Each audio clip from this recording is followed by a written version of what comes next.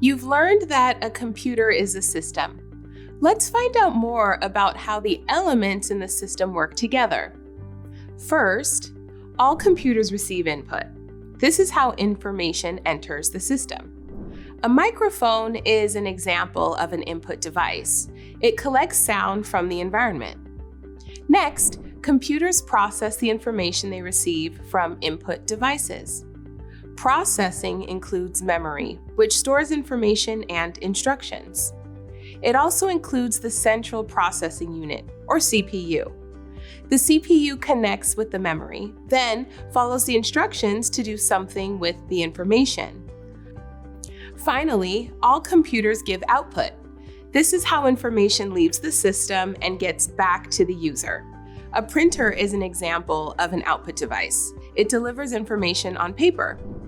Learning about the elements of a computer system is a first step to understanding how computers work.